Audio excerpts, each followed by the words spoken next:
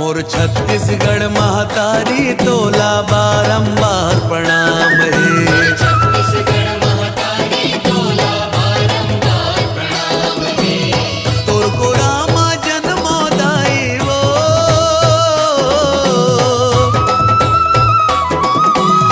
तोर को रामा जन्मोदाई ई मोर अरमान है। ए मोर छत्तीसगढ़ महतारी तोला बारंबार प्रणाम है। छत्तीसगढ़ महतारी तोला बारंबार प्रणाम है। तोर को रामा जन्मोदाई वो,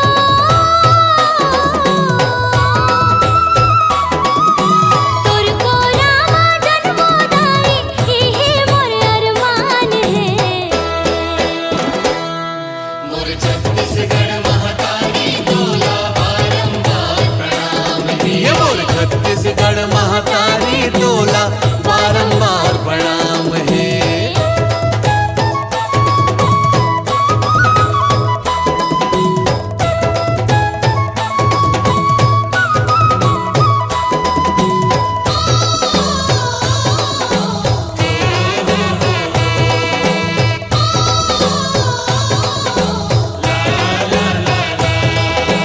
छत्तीसगढ़िया सबले बढ़िया जगमा नाम कमावे।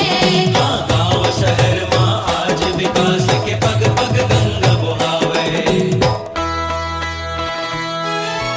तोर को रामा जन्म सुदाई संत ऋषि मुनि ज्ञानी।